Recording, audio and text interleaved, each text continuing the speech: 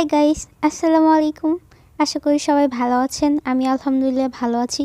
তো আজকে আমি রান্না করব আলু ভাজি। সেই জন্য নিয়ে নিচ্ছি পেঁয়াজ, মরিচ, আলু কেটে নিয়েছি। কড়াই গরম করে তার ভিতরে দিয়ে দিচ্ছি তেল, তেজপাতা, পেঁয়াজ, মরিচ ভালো করে ভেজে নিলাম। তারপরে দিয়ে দিব আলু,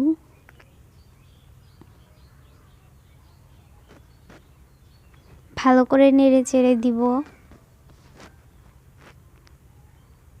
তারপরে দিয়ে দিচ্ছি হলুদ, লবণ,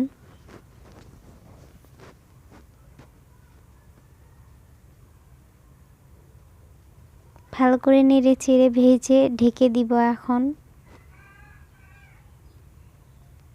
একটু পর আবার ঢাকনা তুলে ভালো করে নেড়ে চেড়ে ভেজে নিব। ভাত রান্না করার জন্য চাল ধুয়ে নিচ্ছি।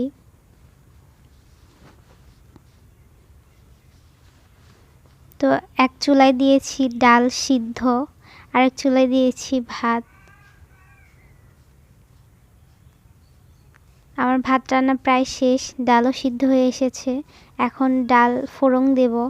তো তার জন্য দিয়ে দিচ্ছি পেঁয়াজ, রসুন, জিরা।